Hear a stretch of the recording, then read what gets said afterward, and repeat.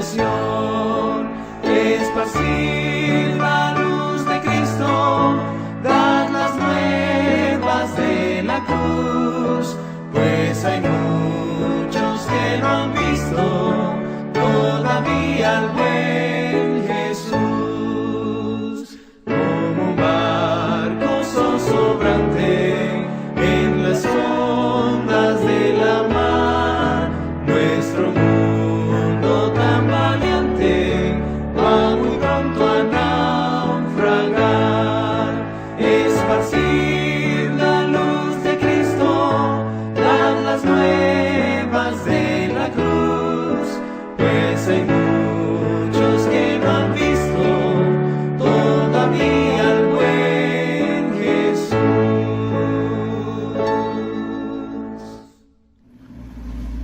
Buenas noches, hermanos. Dios les bendiga grandemente. En esta noche quisiera conversar con ustedes acerca de un tema que podría ser una continuación de lo que habíamos hablado anteriormente. Tiene que ver con la fe en tiempos de pandemia. Miren, en Estados Unidos y otros países se han reemplazado los cultos en la iglesia por la telepredicación o bien las ceremonias y los sermones online, usando el internet. El asunto es que los cristianos tenemos una promesa, un mensaje y una esperanza que pregonarle al mundo, y todo se nos ha complicado.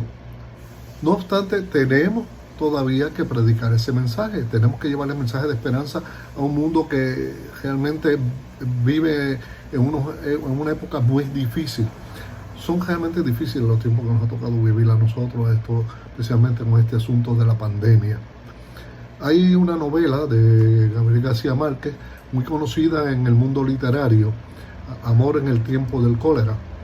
Los personajes de esta novela, Fermín y Florentino, encarnan unos septuagenarios que persisten, ¿verdad? Representan el amor duradero y resistente. El amor tardío de estos septuagenarios florece en medio de un paisaje desolado por las temidas epidemias de cólera y todo tipo de cataclismos, cataclismos impredecibles que estuvieron azotando a su país en los últimos 50 años. Sin embargo, en medio de las ruinas de la naturaleza, esta pareja encuentra la felicidad y logran mantenerse vivos e intactos, y también mantienen vivos e intactos el deseo y la aspiración de vivir y amar. Esta novela es sobre personas que eligen la esperanza sobre la desesperación, las alianzas contra el aislamiento, personas que creen que el amor puede transformar la edad y el tiempo. Esta es una historia de amor que quiere demostrar que el amor no es una ilusión, ese amor que encapsula las mejores posibilidades de vida, particularmente en tiempos de crisis y desesperación. Entonces, la novela nos enseña una cosa muy interesante. Cuando somos más desafiados y todas nuestras certezas políticas, económicas o filosóficas fracasan, historias como esta pueden iluminar no solo como registro de lo que sucedió en el pasado, sino también, más bien como testimonio de lo que sucede en el presente y podría suceder en el mañana. A veces los cuentos humanos y seculares como estos nos ayudan a nosotros, nos enseñan, porque son aspiraciones implícitas y discretas de una vida resiliente, de una vida comprensiva y colaborativa, que en este caso el escritor, el Gabo, como se le conoce en los círculos literarios, ha grabado en la mente no solamente de sus compatriotas, sino de todos aquellos que han tenido el privilegio de leer sus obras. Ahora, yo quisiera traer como ustedes ahora el asunto, traer esto a nuestro tiempo, a nuestra época y a nuestro país también. Vamos a ver el otro lado de la pandemia. Nosotros estamos viviendo unos tiempos comparables a los que presenta esa novela, con las mismas incertidumbres y con los mismos miedos. Pero dentro de este escenario, yo los invito a que nosotros consideremos algunos beneficios u oportunidades que podríamos pasar por alto como resultado de la acción paradójica e impredecible de un virus y que podrían ser positivos para nuestra vida espiritual. Y me refiero por ejemplo, como el asunto de la humildad. Miren, Estados Unidos, los americanos, y como nosotros como parte de la nación americana, hemos estado siempre orgullosos de los logros materiales, de los logros científicos y políticos, y tenemos muy buenas razones para hacerlo. Si comparamos con otros países de Latinoamérica, pues nosotros hemos logrado un desarrollo más o menos bueno, estable. Últimamente las cosas han cambiado mucho, pero bueno, teníamos cosas por las cuales enorgullecernos, ¿no? Entonces, de momento, un sentido difuso de fortalecimiento de identidad empieza a viajar por todo el continente norteamericano, y es paradójico que en ese preciso momento, cuando ciertas ideologías políticas discriminatorias con fuerte referencia a un pasado desagradable y mezquino se están reactivando en este territorio, llega un virus en ese momento y nos hace experimentar en un momento que los ciudadanos podemos ser discriminados, segregados, muchos atrapados en un campamento fronterizo, considerados como parias, que portamos enfermedades y que somos delincuentes, incluso si no tenemos la culpa, incluso si somos blancos, occidentales o educados, de repente nos convertimos en indeseables. Nuestro orgullo ha sido herido. Los que tenemos familiares viviendo en Estados Unidos sabemos muy bien de este asunto. Así que una de las cosas que ha traído el virus es la humildad, el que no nos creamos que, como dicen por ahí, somos la última Coca-Cola en el desierto. No. Tenemos que bajar a la realidad de que el orgullo de nosotros es bien frágil. Cualquier orgullo que podamos tener por ser esto o lo otro, bien frágil. Si en algún momento dado en nuestras vidas miramos por encima del hombro a algunas otras personas o a algunas otras nacionalidades, tengamos cuidado, que así nos están mirando a nosotros ahora en muchos lugares, especialmente en los Estados Unidos. Este virus también, otra de las cosas que paradójicamente ha traído es lentitud. ¿Qué yo me refiero con lentitud? Bueno, en una sociedad como la nuestra, una sociedad acelerada, basada en la productividad y el consumo, en la que todos corremos no 8 horas diarias, 16 horas diarias, sorprendentemente descubrimos que no habíamos aprendido cómo descansar, cómo quedarnos tranquilamente en nuestra casa, cómo no hacer otra cosa que no sea estar con nuestra familia. Entonces, nuestras vidas, hermano, que giran en un ritmo de ahorro y preocupación, pueden detenerse rápidamente, pero no nos habíamos dado cuenta. El virus vino a enseñárnoslo, ¿verdad? En cualquier momento nuestros horarios y nuestros compromisos pueden romperse. Todos los ciudadanos hemos estado obligados por ley a quedarnos en casa por un tiempo. A veces nos preguntamos cómo lidiaremos con un tiempo que para muchos solo se puede medir en trabajo, dinero y productividad. Bueno, estamos forzados a bajar el ritmo, nos guste o no nos guste. Para muchos posiblemente es una experiencia nueva, porque no habían compartido nunca tanto tiempo con sus hijos, ni con sus esposas, ni con el resto de su familia. Y el virus nos ha obligado a ello. Así que eso es un aspecto que podemos mirar, que el virus vino como a traernos a una realidad, que cómo era que estábamos viviendo y cómo debemos vivir. Otra cosa que el virus ha hecho con nosotros es el aspecto, ha traído a nosotros el aspecto de la vulnerabilidad. En un periodo histórico en que el crecimiento de nuestros hijos se delega necesariamente a otras figuras o instituciones como escuelas, centros de cuidado, etcétera, el virus cierra las escuelas, cierra los centros de cuidado y nos obliga a encontrar soluciones alternativas, pero une a las mamás y a los papás con sus hijos, ¿verdad? Nos obliga a reconstruir la familia. Descubrimos también entonces que somos vulnerables y que tenemos esa vulnerabilidad y que tememos y le tenemos miedo a esa vulnerabilidad porque no sabemos qué hacer con ella, porque no estábamos acostumbrados a eso. Entonces de repente los papás y las mamás se están convirtiendo en maestros y maestras de sus hijos. En un mundo en que las relaciones, La comunicación y la sociabilidad se juegan principalmente en la red social, dejándonos solos la ilusión de cercanía. El virus elimina a los que están cerca de nosotros, a los reales, a aquellos que no están en la red. Nadie entonces, aunque estemos cerca uno del otro, nadie puede tocarse, nadie puede besarse, ni besos, ni abrazos. Todos deben permanecer a distancia, en frío, sin contacto. La proximidad se ha vuelto médicamente prohibida. ¿Cuánto hemos dado nosotros dado por sentado estos gestos y lo que significa para nosotros? Ahora que no los tenemos, que nos damos cuenta. Porque lo hacíamos como algo automáticamente, lo hacíamos por costumbre. Encontrábamos con nuestros familiares, un abrazo y un beso y ya, pero ya entonces ya no podemos hacerlo. Y ahora nos damos cuenta, y ahora echamos de menos eso. Dicho esto, entonces, tenemos que pensar en lo siguiente, que la forma de adoración en nuestras iglesias también ha cambiado. Hermano, aféjese a lo que es sagrado y olvídense de todo lo demás.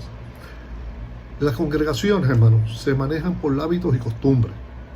Las iglesias se han edificado sobre tradiciones, liturgias y un orden de culto. Con el tiempo, la línea de cada iglesia entre lo que es fundamental para la fe y lo que es meramente una respuesta institucional se vuelve muy finita, prácticamente borrosa. La pregunta que nos hacemos, ¿tiene que reunirse físicamente una iglesia para considerarse como una congregación? No. Pero en la medida en que todavía podamos congregarnos, aunque sea limitadamente, hermanos, aprovechemos la oportunidad. ¿Hasta dónde son las medidas de precaución, buen juicio y en qué punto se convierten en medios irracionales y ansiedad? Mira, hermano, yo no tengo la respuesta. En el camino veremos. Bástale a cada día su afán. Así que vamos construyendo el camino. Decía aquel poeta cubano, caminante no hay camino, se hace camino al andar. Nosotros tenemos también, hermanos, que hacer camino. Comenzamos tibiamente, comenzamos tímidamente, pero ya, gracias a Dios, está llegando más gente a la iglesia y con las medidas, con las debidas medidas de sanidad y de precaución, estamos reuniéndonos. Así que los invito a los que puedan hacer los arreglos, a que lo hagan, hermano. Debemos de, en la medida en que podamos, congregarnos, hermano.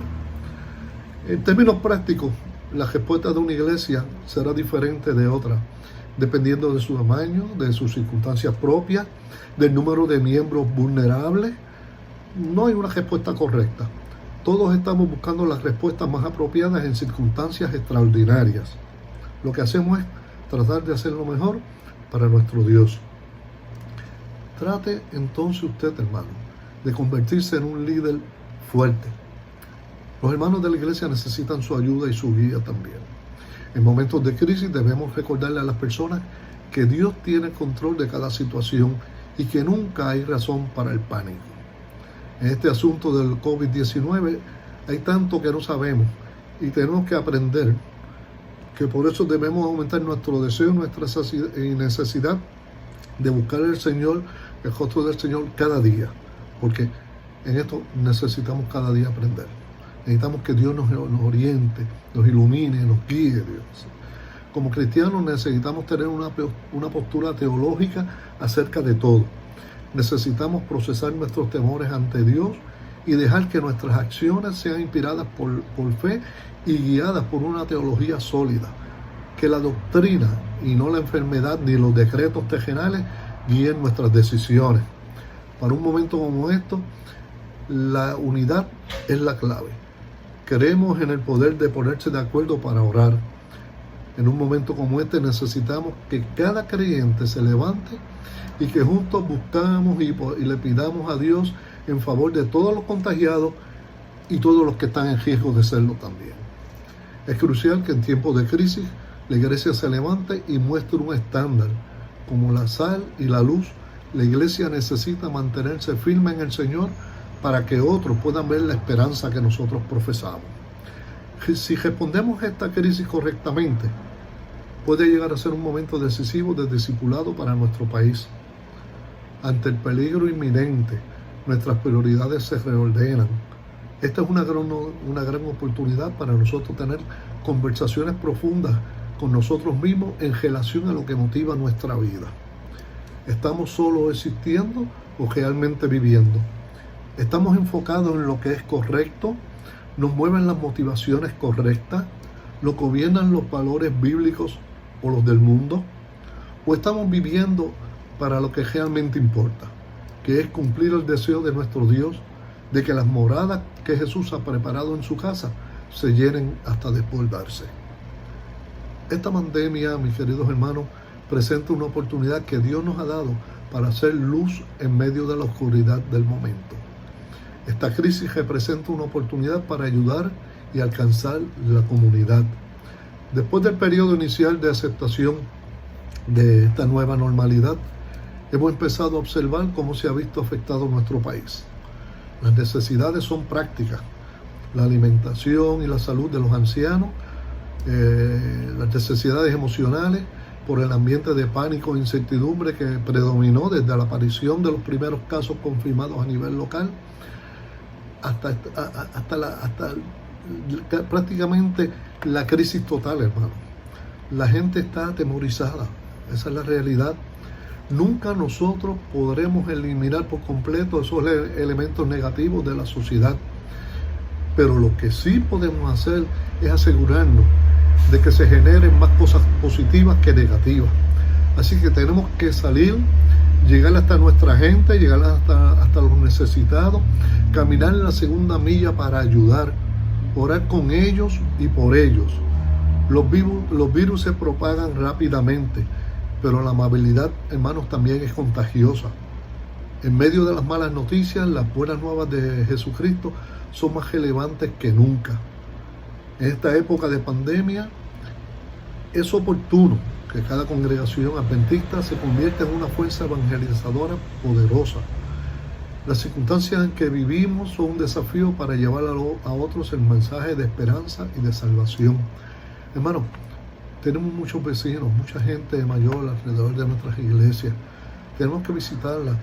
Tenemos que preguntarles si tienen alguna necesidad, si quieren que les ayudemos haciendo alguna compra, inclusive supliéndola si es necesario, pero sobre todo pidiéndoles si quieren que oremos con ellos, si hay algo que les preocupa.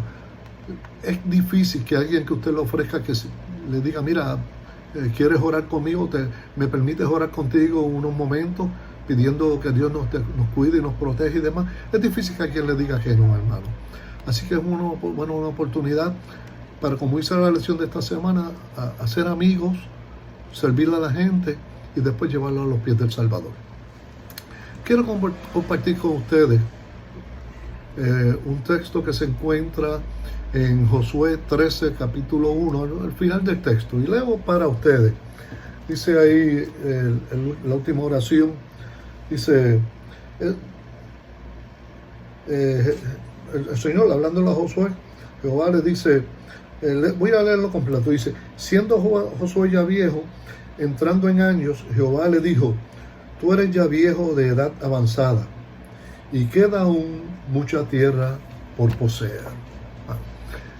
Estas excitantes palabras le fueron dichas a Josué, un gran dirigente de Israel, en un momento crucial de la historia de Israel, durante el tiempo de la conquista de Canaán. Esas mismas palabras son igualmente relevantes para la iglesia remanente hoy, en medio de una pandemia. Una mirada crítica dirigida al mundo que nos rodea nos hará recordar que efectivamente queda aún mucha tierra por poseer. Cristo ha comisionado a la iglesia para que vaya por todo el mundo enseñando, predicando, sanando, testificando, ganando almas, bautizando, señalando a hombres y mujeres el Cordero de Dios que quita el pecado del mundo. Ha llegado la hora para que la iglesia, en la que bajo el poder del Espíritu, para que la iglesia bajo el poder del Espíritu Santo pueda, hermano, evangelizar a toda esa gente que necesita de Dios, posiblemente más que nunca en sus vidas, y ni lo saben posiblemente que lo necesitan.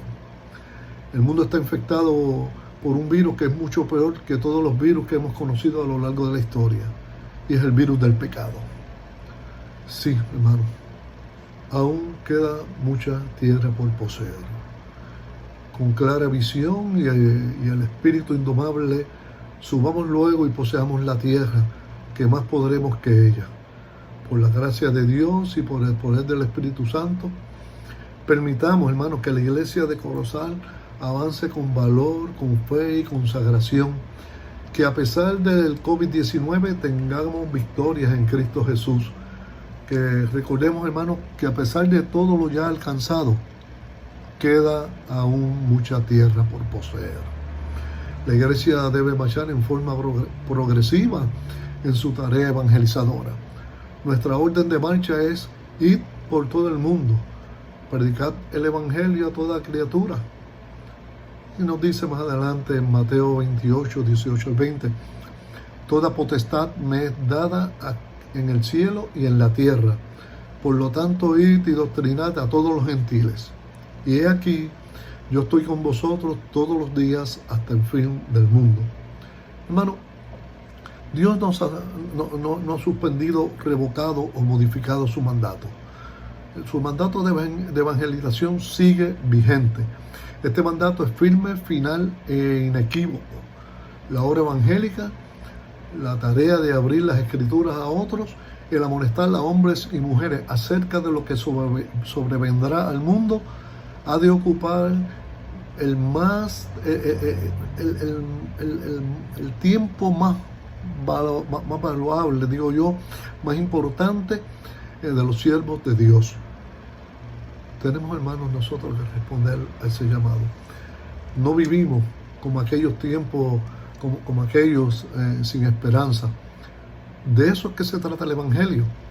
Pero tenemos amigos, vecinos y familiares que todavía no conocen esta esperanza. Puede ser que esta crisis los lleve a hablar sobre sus miedos y preocupaciones. Como escribió el profeta Daniel en el Antiguo Testamento, los entendidos resplandecerán como el resplandor del firmamento, y los que enseñan la justicia a la multitud como las estrellas a perpetua eternidad. Mis queridos hermanos, aprovechemos esta oportunidad tan gloriosa para compartir las verdades del Evangelio, para compartir las esperanzas del Evangelio con aquellos que sufren, con aquellos que padecen, con aquellos que tienen temor, hermano. Y eso es prácticamente todo el mundo en nuestra sociedad. Familiares, vecinos, amigos.